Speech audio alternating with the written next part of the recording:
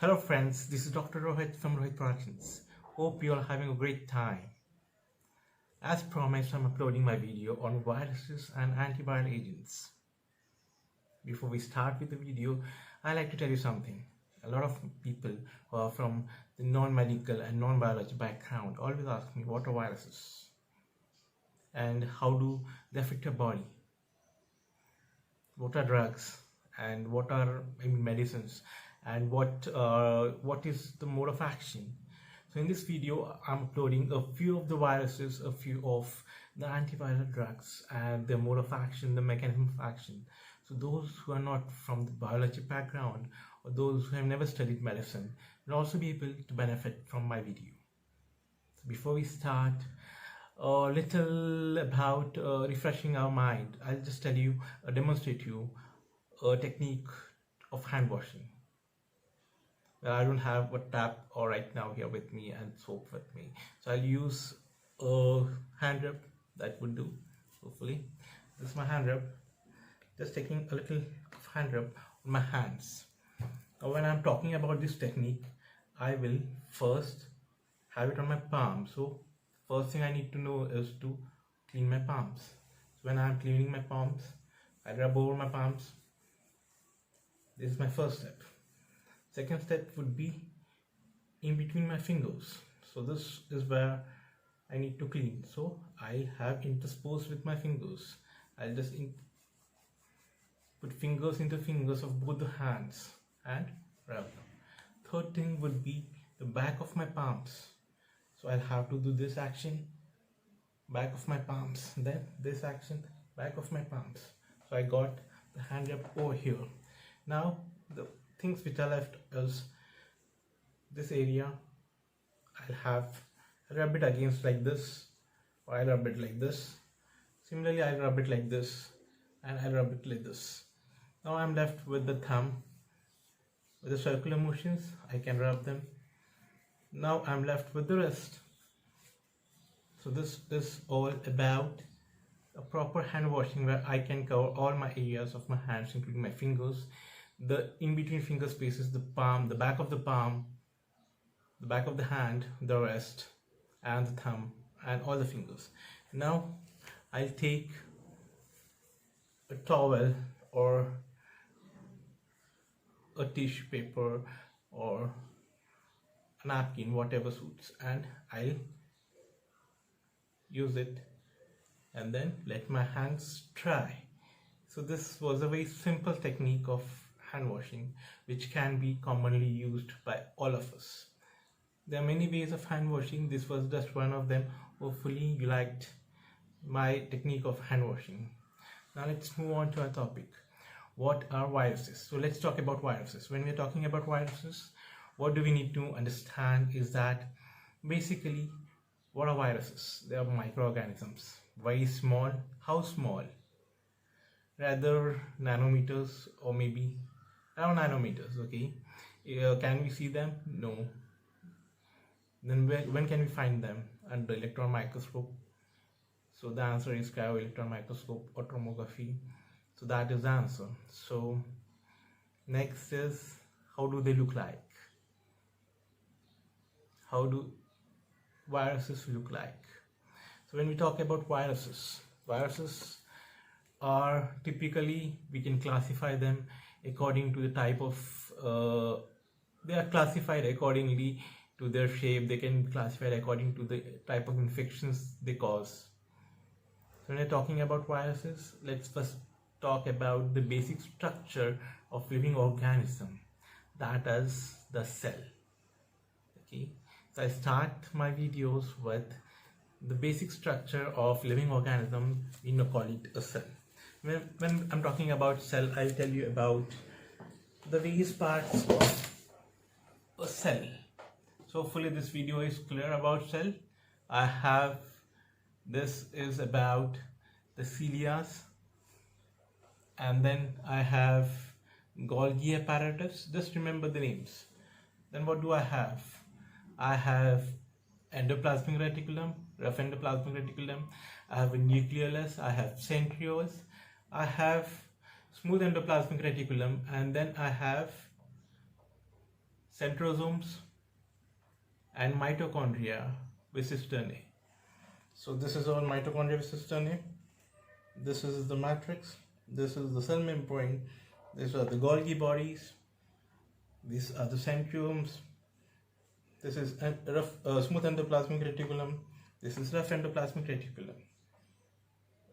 So this is the basic diagram of a cell. So now let's move on with the points of the cell. What is the function of each part of the cell? So when you're talking about lysosomes, they contain digestive enzymes that break down molecules and microbes. So lysosomes are somewhere found here. They contain digestive enzymes that break down molecules and microbes. Next we have mitochondria. Mitochondria, sites of production of most of the ATP during cellular respiration.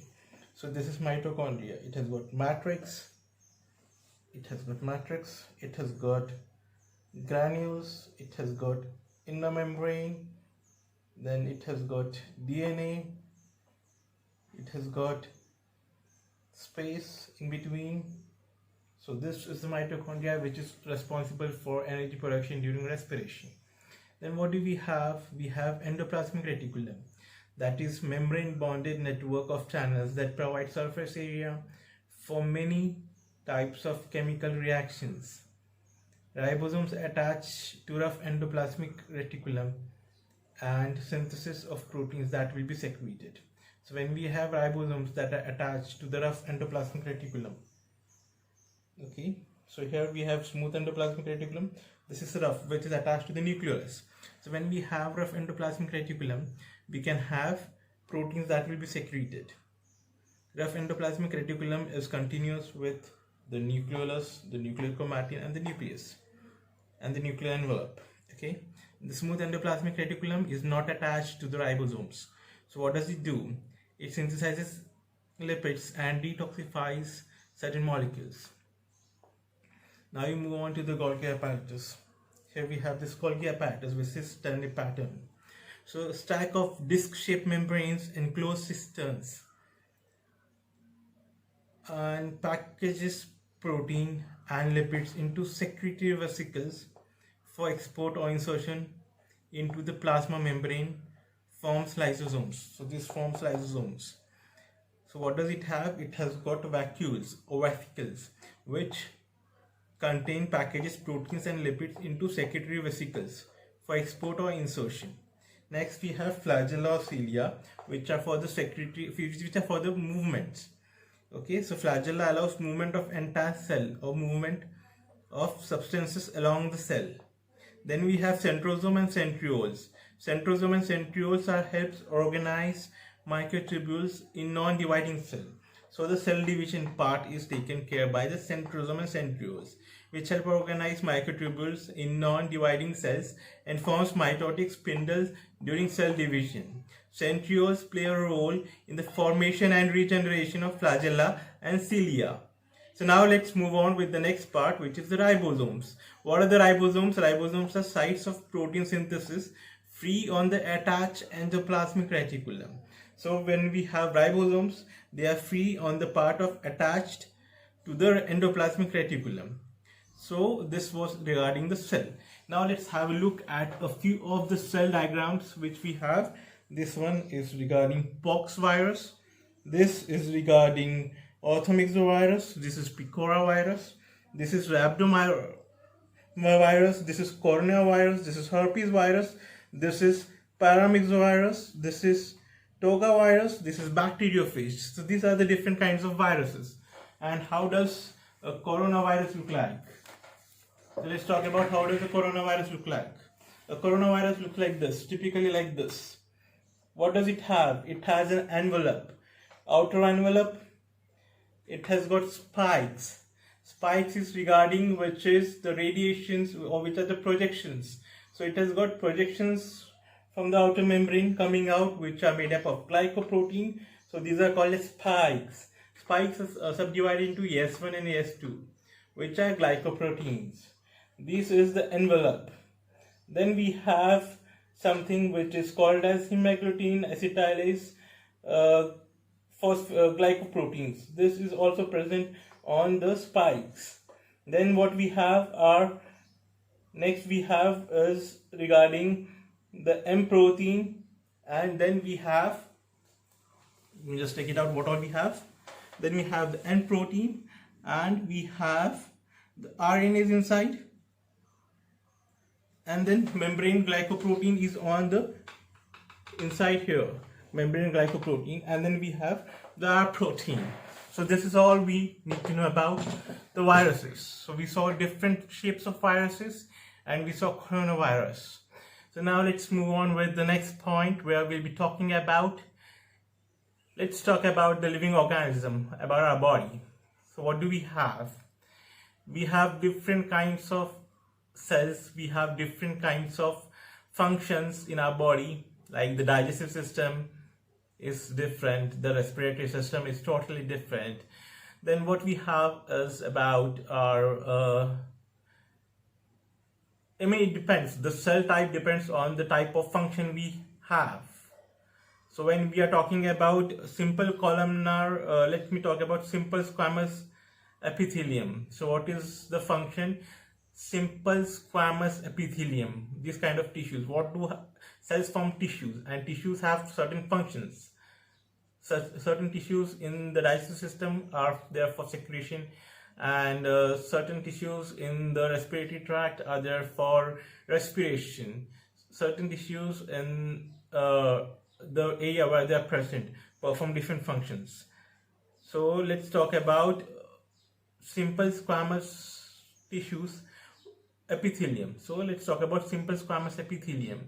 The function is that these tissues have the least wear and tear. So these are used for carrying blood vessels. So these have the functions of diffusion, osmosis, filtration. Okay. Next kind of tissues are simple columnar. Columnar, cuboid is this, columnar is bigger. So simple columnar ciliated. When they are ciliated, they are when they are ciliated, they are basically helping out in movement of the cell. So movement is respiration, upper respiratory tract, ciliary action.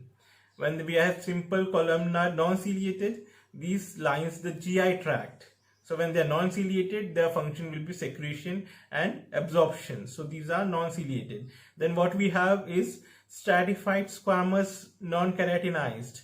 Stratified, many stratas, many layers, squamous and non-keratinized, several layers, and these are basically seen in the esophagus and mouth, and the main function is protection. Then the next we have is pseudostratified columnar, where the main function is secretory movement by cilia, and these are seen in the upper respiratory tract. So we saw different kinds of cells, and then we saw different kinds of tissues which have different functions, and different functions give them different advantages, and because of these advantages we have them at different parts in our body, and they perform different functions. So tissues are different. So these were just basically a few of the tissues. Now we move on to next point, where we'll be talking about the basic structure of life, the DNAs and the RNAs. So many people from the non-medical background, and many people who never had studied biology, ask me about what are DNAs, what are RNAs, what are people talking about always, DNAs, RNAs, 5' 3'.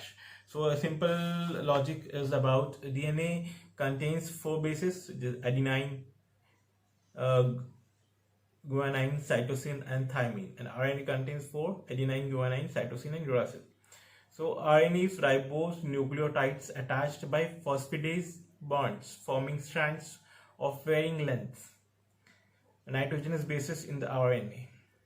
Okay, and then what does 5' to 3'? This is 5'. Okay, this is 5'. Let's take this as 5'. This is my head, 5' and this is 3'. And I'm talking about 5' is 5' and 3'. 5' indicate the carbon numbers in the DNA sugar backbone. The 5 carbon has a phosphate group attached to it. It has a phosphate group attached to it, and the 3 carbon has a hydroxyl OH group. This asymmetry gives a DNA strand direction. 5' to 3', hydroxyl group, phosphate group, 5 carbon, 3 carbon, moving in a direction. So this is 5 dash 3 dash. So it's a DNA chain direction. What are the different types of RNAs we have? Next, we move on to the next point. Different kinds of RNAs we have are the mRNAs, the tRNAs, and basically RNAs. So mRNA, messenger RNA. Why I'm talking about this is very important when we are talking about viruses. We need to know what are the cells of a body, what are the apparatus present in the body, what is their function, what are enzymes, what are the basic tissues present in the body. Then we need to know about a little about DNAs and the RNAs so that we can understand viruses better. Just 5 minutes of your time and you can understand what is the function of DNA, RNA, and what I'm talking about. So mRNA contains information about a protein sequence to the ribosomes, the protein synthesis factories in the cell. So these are the mRNAs. It is coded so that every 3 nucleotides, we call it a codon, corresponds to one amino acid. In prokaryotic cells, which do not have nucleus and cytoplasm compartments, mRNA can bind to ribosomes while it is being transcribed from DNA. After a certain amount of time, the message degrades into its component nucleotides with the assistance of ribonucleases. So in eukaryotic cells, once the precursor has been transcribed from DNA, it is processed to mature RNA. This removes its introns, the non-coding sections of the pro-mRNA. Okay, the mRNA is exported from nucleus to up to plasma, where it is bound to ribosomes and translated into the corresponding protein with the help of tRNA. So now let's talk about tRNA. So what does mRNA contain? It carries information about a protein sequence to the ribosomes, the protein synthesis factories in the cell. Okay, and then in eukaryotic cells like ours, once the precursor mRNA has been transcribed from DNA, it is processed to mature mRNA, and we remove the non-coding proteins, non-coding sections of the pre-mRNA. The mRNA is exported from nucleus to up to plasma, where it is bound to the ribosomes and translated into its corresponding protein with the help of tRNA. So the transfer RNA will send the messenger. We have a messenger, we have a transfer, we have a ribosomal RNA. So messenger will go, and what will it do? From the nucleus it will go towards the ribosome, and then it will help in the translation of the corresponding protein with the help of transfer RNA. So transfer RNA is a small RNA chain of about 80 nucleotides that transfers a specific amino acid, okay, to growing polypeptide chain at the ribosomal site of protein synthesis. During translation, it has sites from amino acid attachment and anticodon region from codon recognition that binds to a specific sequence on the messenger mRNA chain through hydrogen bonding. So what does transfer RNA do? Transfer RNA is a small RNA chain of about 80 nucleotides that transfers a specific amino acid to growing polypeptide chain at the ribosomal site of protein synthesis. The protein synthesis takes at ribosomes. Okay, so during translation, the process is called translation. So it transfers the amino acid to the ribosomal site. It has sites for amino acid attachment and an anticodon region for codon recognition that binds to a specific sequence on the messenger RNA chain through hydrogen bonding. So it has got a codon recognition site, transfer RNA, okay, that binds to a specific sequence on the messenger RNA chain through hydrogen bonding. So this was regarding transfer RNA. The process is transfer of the amino acids to the ribosomal site of protein synthesis. Then we have ribosomal RNA, that is the catalytic component of the ribosomes. Eukaryotic ribosomes contain 4 different RNA molecules. First one is 18 years, then we have 5.8 years, then we have 28 years, and then we have 5 years. So 3 of the RNA molecules are synthesized in the nucleolus. Nucleolus is the center part in the diagram I showed, that is the nucleolus, the centermost core part. Okay, and the one is synthesized elsewhere. In cytoplasm, ribosomal RNA and protein combine to form a nucleoprotein called the ribosome. The ribosome binds mRNA and carries out protein synthesis. So the ribosome binds the mRNA and carries out protein synthesis.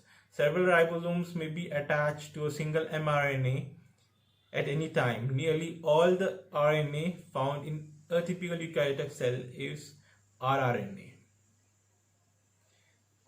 So now we have one more type which is called as transfer messenger RNA. tmRNA is found in many bacteria and plastids. It tags proteins encoded by mRNAs that lack stop codons for degradation and prevents the ribosome from stalling. So let's talk about next point, where we will talk about the viruses. So let's come to our point. We spoke about the cell, we spoke about the various functions of the tissues in our body, we spoke about their structure. Now we spoke about the ribosomes, and we spoke about RNAs and DNAs. Now let's move on to our topic for today, which is called as the viruses. So many people are worried about viruses. Viruses are going to harm us. How to protect ourselves from the viruses? What are the various kinds of viruses? Is the same virus which was seen 10 years back, or is the same virus from the Middle East? So let's talk about viruses all. So this is about a video which will talk about the viruses. Now let's talk about viruses. Let's say viruses causes diseases in humans. So the diseases can be categorized, or they can be classified into many subtypes, mainly causing respiratory tract infections. Then they cause herpes kind of infections, which involve skin and mucous membranes. Then they cause HIV infection, and they cause further they can cause infections of we can cause like miscellaneous infections. So let's start with classifying the viruses. So while we are coding these viruses, what we are supposed to know? Well, since a research student, I was able to get a chance to understand the viruses better, and when I was handling patient data, and I was studying research when I did research in medical marketing, and I did research in pharmaceutical, you can say, or in clinical research. So at the time I studied a lot about viruses. So few of the points, and being a medical student, I had the access to pharmacological data also. So I studied pharmacological data, medicinal data. So I can give you a brief overview of viruses and antiviral agents. I will not be talking about the whole of the antiviral drugs. I'll be talking about one or two antiviral drugs. The rest can be, as the time constraint, I cannot cover everything. So let's start with viruses. So when we are classifying viruses, when I say I have to talk to someone about viruses, when I'm talking about coding of diseases, where I have chapter 1 of ICD-9 codes about diseases and infections, okay, infectious diseases in fact, which where we have a block A80 to B41 deals with the viral infections specifically, where A80 to A89, this block deals with viral infections of the CNS. A90 to A99 deals with arthropod-borne viral infections and viral hemorrhagic fevers. So under this block, whatever codes come, whatever has been classified and subclassified, these will be arthropod-borne viral infections and viral hemorrhagic fevers. Then B00 to B09, we have viral infections characterized by mucous membrane and skin lesions. Then B15 to B19 would be viral hepatitis. B20 to B24, all these diseases will be related to HIV diseases and their syndromes and all those things. B25 to B34 would be other viral diseases. This was regarding the ICD-9 coding. So we have ICD-10 coding also. So when we are talking about viruses, suppose I'm talking about SARS-CoV, I'll be talking about, or if I'm talking about a viral infection of unspecified site, I'll be talking about, in ICD-9, I'll be talking about B34, that can be the coronavirus. So this was regarding the coding part of it. So there can be a pandemic, or there can be emergency codes which can be applicable as and when, if the coronavirus or if any other virus which is affecting a huge population of a country and a huge country's nation worldwide. So there can be an emergency code which can be allotted to a specific disease or a specific virus. Let's talk about viruses. What are they in general? So viruses are not cells, but they're intimately associated with cells. By invading cell and subverting normal cellular functions, and have also contributed to the study of cell machinery. So viruses, they are not cells, but what they do is they invade the host cell. If I am a host and if there is a virus, that will use my cell and my normal cellular functions and machinery, and they will produce their own particles using my cell. So these are viruses. So these are not cells, intimately associated with cells, by invading cell and subverting normal cellular functions, and also contributed to the study of cell machinery. So viruses are subcellular parasites and that are capable of a free living existence, and hence they invade and infect cells and redirect their synthetic machinery towards the production of more viruses. They vary in size from 25 nanometer to 300 nanometer. Each virus has its own characteristic shape. Despite morphological diversity, viruses are chemically quite simple. They contain a nucleic acid core and contains one or more molecules of either RNA or DNA surrounded by a protein coat or capsid. So this is about which we have. Like they have a nuclear, they can be surrounded by a protein coat, and they have a genome inside which contains molecules of DNA or RNA. So so viruses are surrounded by a membrane that is derived from the plasma membrane.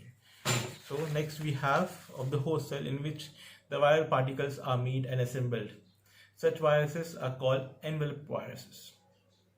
So a few examples of the envelope viruses would be influenza virus, would be herpes virus. Other examples like parvovirus, adenovirus, and papavirus are not enveloped.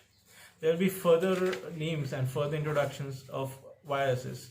So there are many viruses, there are many antiviral drugs. Don't get confused. I'll just read out the name for those who are interested and those who are studying medicine and those who are from the medical background. So it's okay if you skip out the drug information, or if you skip out the classification of viruses. It's absolutely okay if you're not a medical student or if you're not a biology student. So now it's about introduction, where we'll talk about viruses are classified into two main divisions depending upon the type of nucleic acid they possess.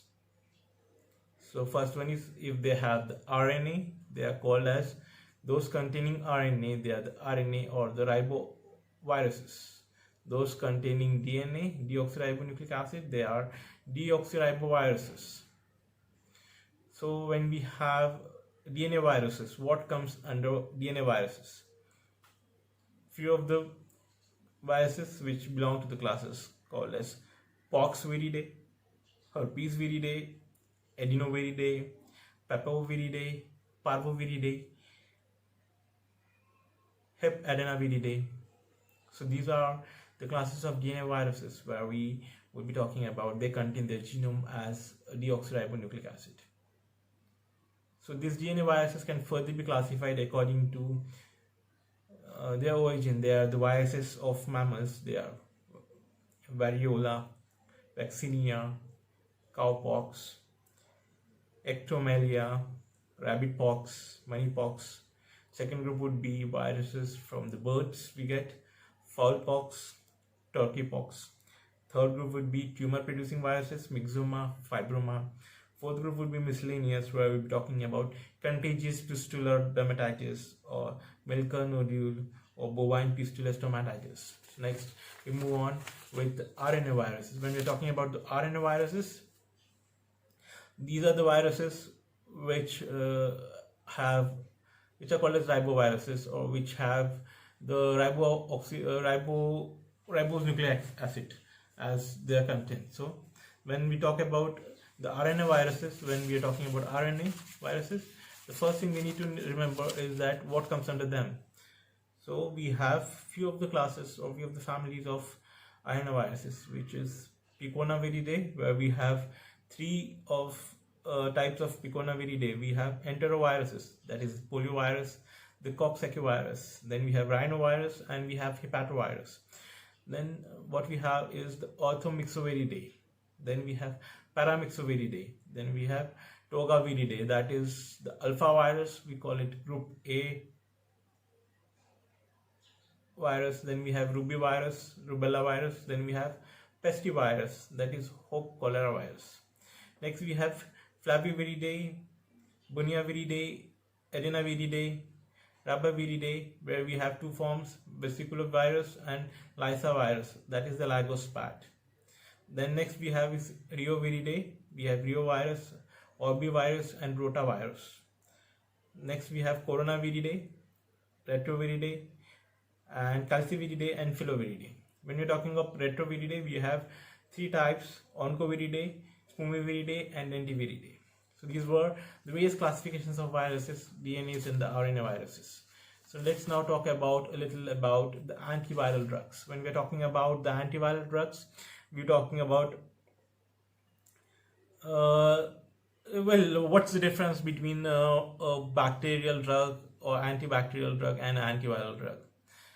Well, the difference lies in, I'll tell you something. When we have a virus goes inside the host, it starts proliferating, it starts showing symptoms, it becomes symptomatic. The patient has sometimes cough, fever, malaise, headache, and then there are symptoms which are being shown. So at this time, this is a symptomatic stage where the patient is showing symptoms. This happens late after the virus has been proliferated. So when we use antiviral drugs at such time, we have less of the results, as more of the virus replication has been or proliferation has already been taken place inside the body of the host. So they show late symptoms, and we have antiviral agents which are acting late, as in case of bacteria. So there is a lot of chance of the host cellular mechanism being damaged.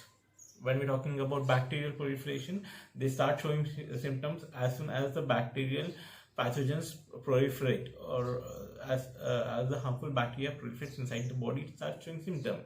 So at that time, if we give antibacterial agents, we get the results quicker. For virus, they take time to proliferate, and after that they show symptoms. So the antiviral agents are less effective, and the antiviral agents do a little damage. After the damage has already been done, antiviral agents start acting on the body. So this is the difference. So let's now talk about classification of antiviral drugs. When we talk about antiviral drugs, I'll be just taking out the names. So it's okay if you are not a medical or not a biology student, it's okay if you miss out the names. First one is anti-herpes, second one is anti-influenza, third one is anti-hepatitis, then anti-retrovirus. So anti-herpes comes idoxidine, trifluridine, acyclovir, valacyclovir, famiciclovir, ganciclovir, valganciclovir, cidofovir, foscarnet, formiviricin. For anti-influenza, amantadine, rimantadine, oseltamivir, zanamivir. Amantadine is called as amantadine. Rimantadine is rimantadine. For someone who is non-speaking English, or who has it is pronounced amantadine and rimantadine in some of the countries. So now let's move to the next point, where we're talking about anti-hepatitis virus, which is non-selective antiviral drugs, which are primarily related to hepatitis based lamivudine, adefovir, dipivovir, tenofovir. Next one is primarily for hepatitis C, interferon alpha and ribavirin. Let's move on with the point which is called as antiretrovirus, where we have nucleoside reverse transcriptase inhibitors, that is NRTIs. Nucleoside reverse NR transcriptase inhibitors TIs. So that is zidovudine, AZT, diadenosine, stibidine, lamivudine, tenofovir, antitabine. Next one we have is non-nucleoside reverse transcriptase inhibitors, that is NNRTIs, where we have nevirapine, evavirenz, delavirenine. Then we have protease inhibitors. So these are according to the mode of action. We have protease inhibitors who inhibit the protein. Okay. Then we have non-nucleoside reverse transcriptase. Then we have nucleoside reverse transcriptase. So when you're talking about protein inhibitors, talking about ritonavir, atazanavir, idinavir, nelfinavir, saquinavir, emprenavir, lopanavir. Then entry fusion inhibitors, we have enfovitriatide. Then we have CCRS receptor inhibitors, maraviroc. Then we have intricase inhibitors, that is raltegravir. So these were about the classification of antiviral drugs. So let's have the classification of antiviral drugs based on their mode of action. So that is inhibitors of adsorption and penetration. So what is the mode of their action is to stop the virus. Okay, this is very interesting when we talk about classification of antiviral drugs based on their mode of action. So mode of action would be to stop the virus. When will it at what stage is it going to stop the action of virus? So there are various stages in which the virus infects the host or infects the target animal or target human. So there are various stages. Virus first enters, then there is called as adsorption, penetration, then there is intracellular synthesis, then there is nucleic acid synthesis, then there is protein formation, then there is inhibition of release of this. So there are various medicines, there are various drug receptors which have a different effect on different viruses and different stages. So let's talk about classification of antiviral drugs on their mode of action. So first one is inhibitors of adsorption and penetration, we call it gamma globulin. Second one is inhibitor of intracellular synthesis.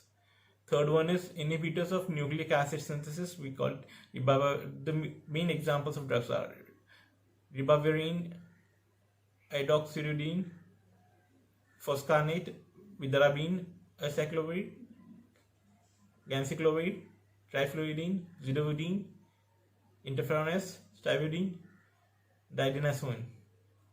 Inhibitor of late protein synthesis is methiazone. Inhibitors of assembly or release of viral particles would be amantadine, rifampicin. Let's now talk about summarizing the drugs in all. I'll just summarize the few drugs for you so that it's better for you to understand about the drugs. So for HIV, non-nucleoside reverse transcriptase inhibitors, that is we have efavirenz, etravine, nevirapine and efavirenz. Let's talk about entry inhibitors. We have maraviroc and enfovitriatide. Then intricase inhibitors we have raltegravir. Then protease inhibitors we have imiprenavir, atazanavir, darunavir, fosemprenavir, idinavir, lopinavir, nelfinavir, ritonavir, saquinavir and tipronavir. So let's talk about a very interesting point which I need to talk to you about, that is regarding the phases of viral replication and infection. So let's talk about the various phases of viral replication and infection.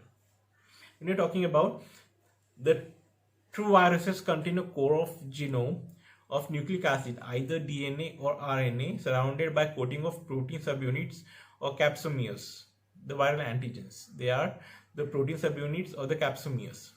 The capsomeres protect the nucleic acid and may also be responsible for attachment, adsorption of viruses into the host cell.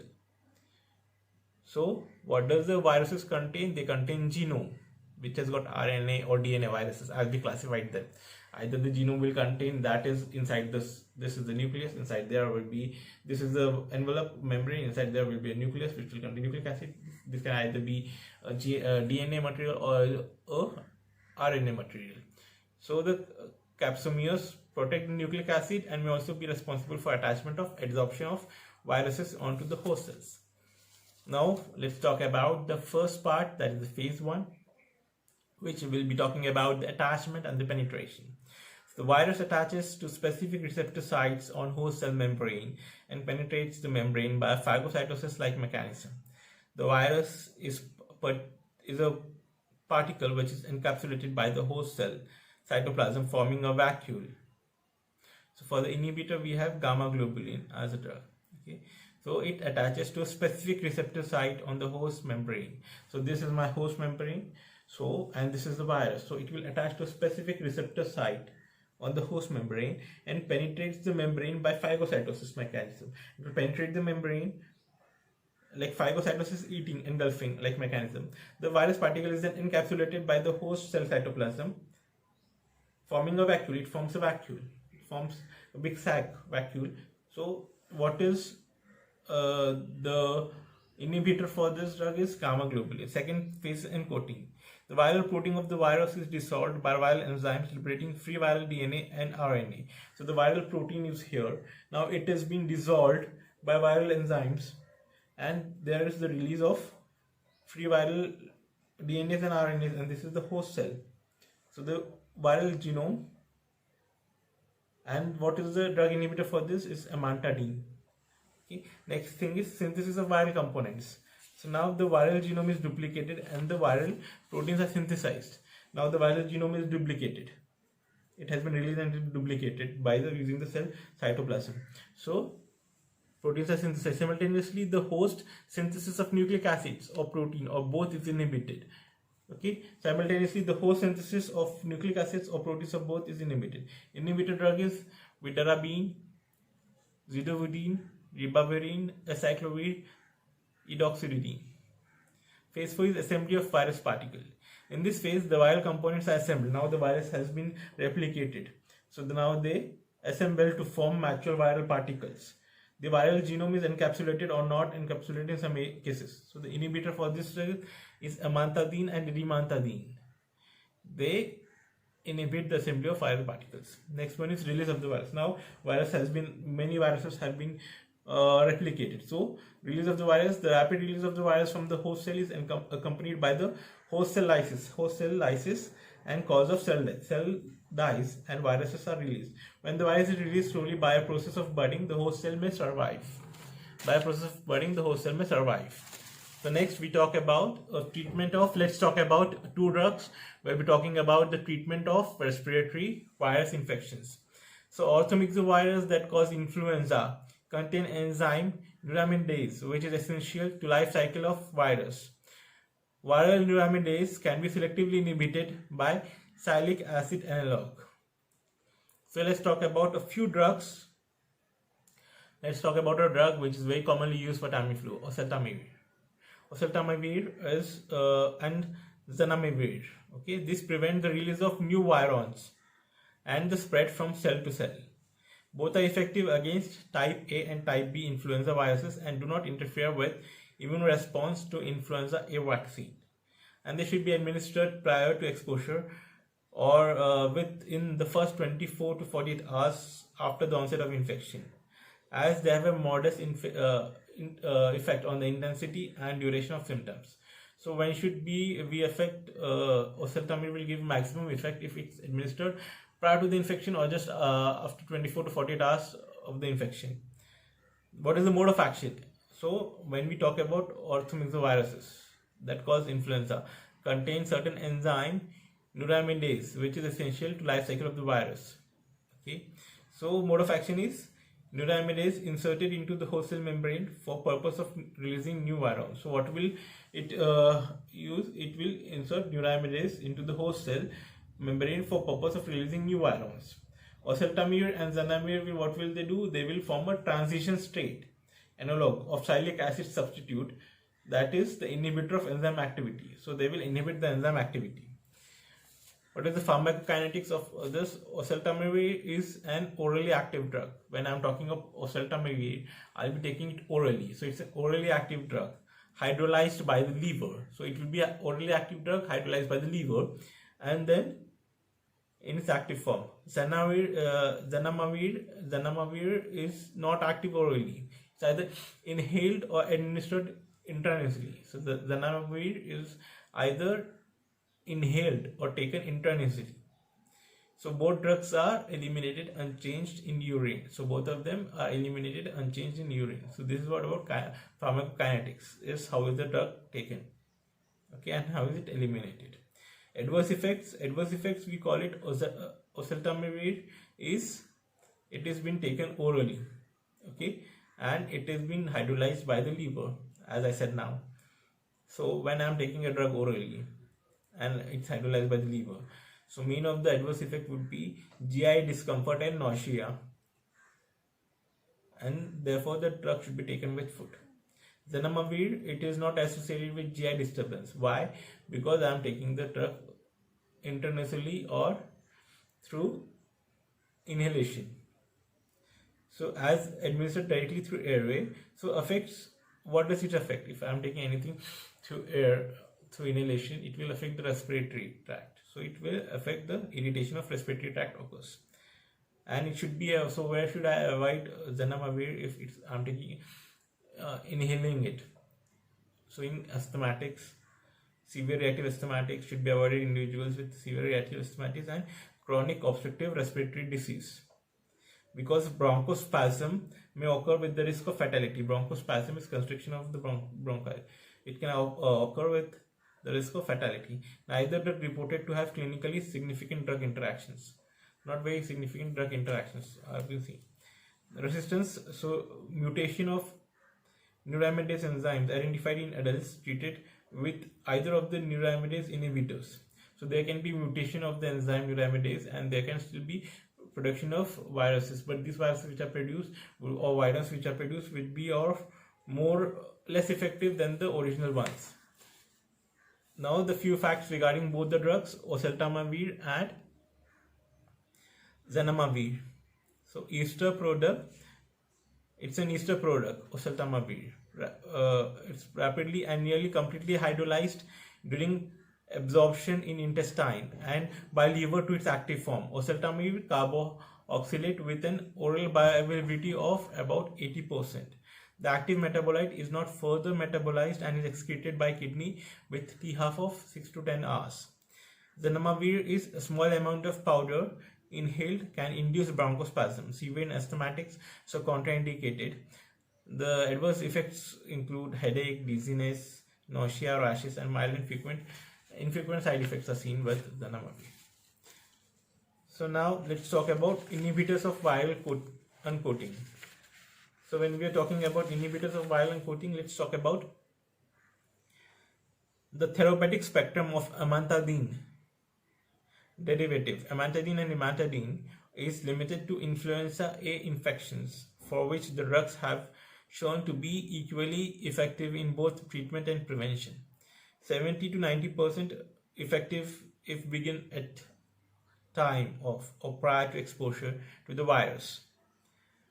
If started within the first 48 hours after exposure, reduce severity and duration of systemic symptoms. Neither impairs the immune response to influenza A vaccine, and either can be administered as a supplement to vaccination, thus providing protection until antibody response occurs, that is 2 weeks in healthy adults.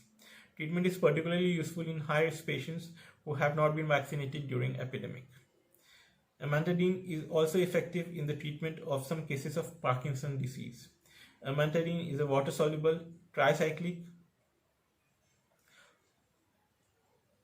symmetric amine.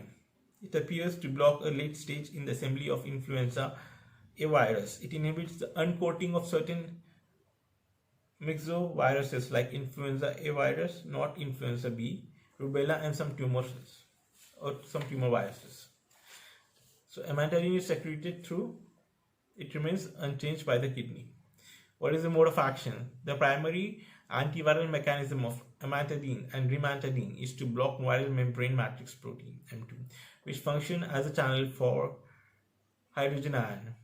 This channel is required for the fusion of viral membrane with cell membrane, which ultimately forms endosome created when the virus is internalized by endocytones. So it is to block the viral membrane matrix protein M2, which functions as a channel for hydrogen ion. So you have protein on the membrane. So in this diagram also I showed you something which was regarding the M2 protein membrane. So let's talk about this M2 protein membrane. We have a diagram. The acidic environment of the endosome is required for the viral uncoating. These drugs may also interfere with the release of new virons. So pharmacokinetics, amantadine and rimantadine are well absorbed orally. Amantadine distributes throughout the body and is readily penetrated into central nervous system, whereas rimantadine does not cross blood-brain barrier to some extent. So what does the pharmacokinetics say? Pharmacokinetics says that rimantadine does not cross the blood-brain barrier, that is BBB, where amantadine crosses the blood-brain barrier. So when it crosses the blood-brain barrier and penetrates the central nervous system, so the side effects would be regarding the same. So amantadine is not extensively metabolized. It is excreted into urine and may accumulate to toxic levels. So when it is distributed throughout the body and is readily penetrated into the central nervous system, and it is not extensively metabolized, it is excreted into urine and may accumulate to toxic levels in patients with renal failure. So this was regarding amantadine. So now both amantadine and rimantadine, both the drugs, the metabolites and parent drugs are excreted by kidney. So the excretion of both the drugs is through kidney.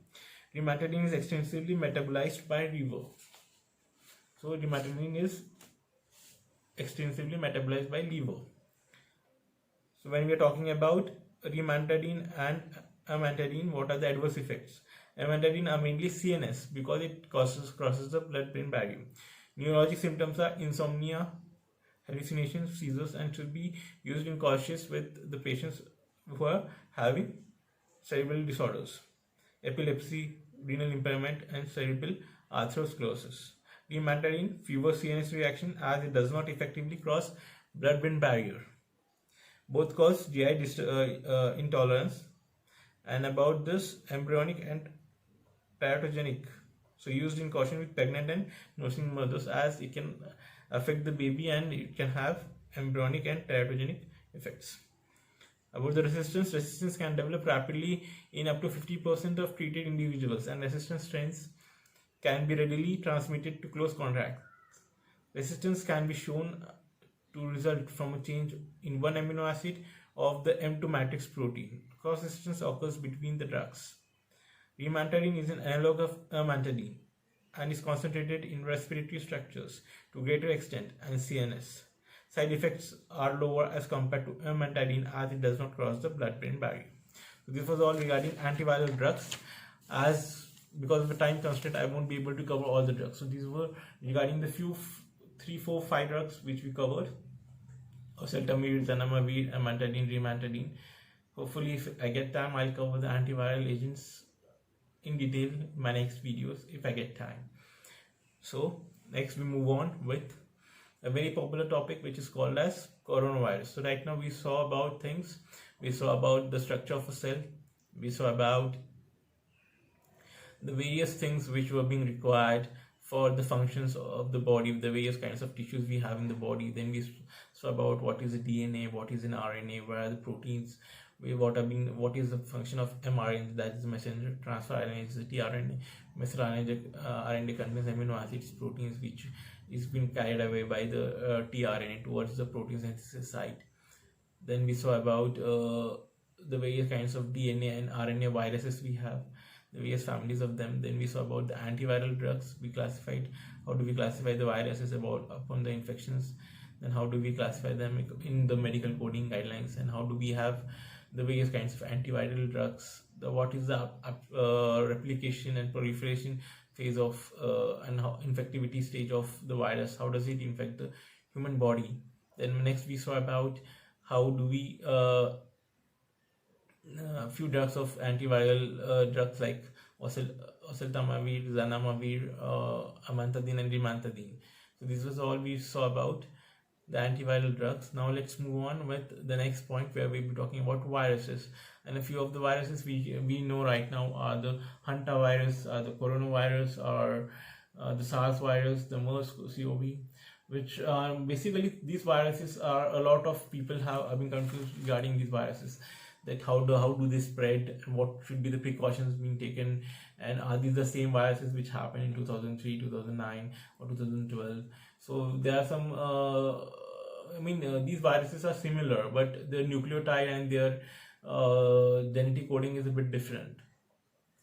As a few of the viruses, which Middle East coronavirus was due to, basically it's speculated to be due to Drometric camel, whereas the viruses which we had, SARS-CoV, was due to civet or due to Himalayan civet. They are speculating that.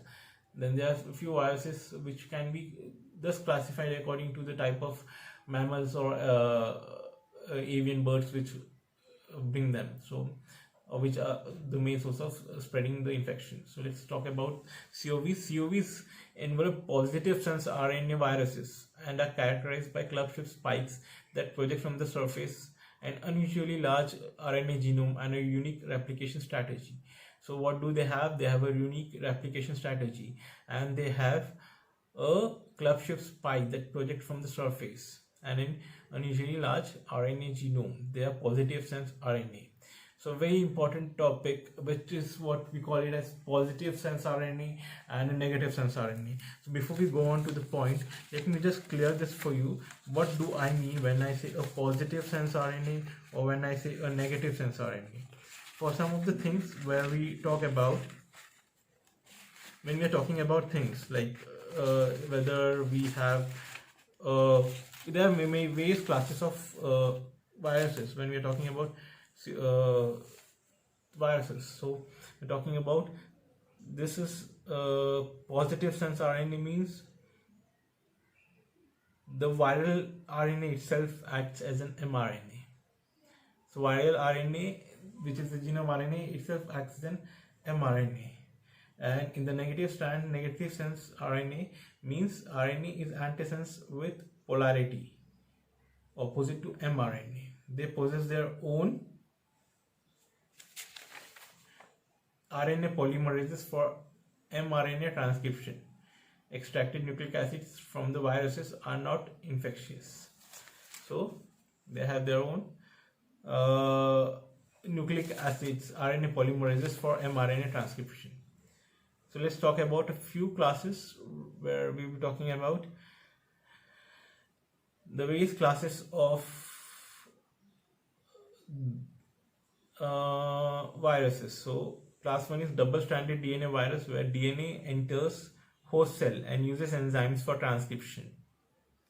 Extracted DNA from viruses is infectious. With papillomavirus, partially double-stranded virus, the duplex is completed by viral DNA polymerase inside the host cytoplasm. Mature DNA then moves into nucleus to be transmitted by the host transcriptase. Then we have class 2, where we have single-stranded DNA. Now class 1 we had double-stranded DNA viruses, where DNA enters host cell and uses enzymes for transcription. Okay. Now we have class 2, where single-stranded DNA viruses or parvoviruses is an example, where DNA molecule enters into the host cell nucleus and is converted into duplex form. Transcription is achieved by host enzymes. So we have single-stranded DNA, where DNA molecule enters in cell nucleus and is converted into its duplex form. Now we have class 3, that is enterovirus. Enterovirus, the double-stranded RNA is transcribed into mRNA by viral polymerase. So enterovirus, we have double-stranded RNA that is transcribed to mRNA by viral polymerase. In class 4, we have method of mRNA transcription is single-stranded RNA viruses are classified into two categories. So in this we have RNA viruses. Class 4 we have RNA viruses. Okay. We had class 1, class 2 we had double-stranded DNA, then class 2 we had single-stranded DNA, then class 3 we had double-stranded RNA. Class 4 we have single-stranded RNA, which is into two classes: positive strand, positive sense. In this RNA viruses, the viral RNA itself acts as an mRNA. Viral RNA is infections by itself and is translated directly into viral proteins in the host cell cytoplasm. Okay, and now we have class 5, where we have negative strand, negative sense RNA, that is rhabdo, orthomyxo, and then paramyxovididae. RNA is antisense with polarity opposite to mRNA. They possess their own RNA polymerases for mRNA transcription. Extracted nucleic acids from these viruses are not infectious. Then we have class 6, which we call it as Retroviridie exhibit unique replicate strategy. Single-stranded RNA genome is converted into an RNA-DNA hybrid by viral reverse transcriptase, that is RNA-directed DNA polymerase enzyme. So this RNA double-stranded DNA is then synthesized from RNA-DNA hybrid. The double-stranded DNA from the provirus integrated into the host cell chromosome. This integration may lead to the transformation of cell and development of neoplasia. So this is a DNA, RNA and a DNA hybrid. So this uses viral reverse transcriptase. This is single-stranded RNA gene. This is all we have for now. Now let's move on to our favorite topic, that is called as the COV viruses.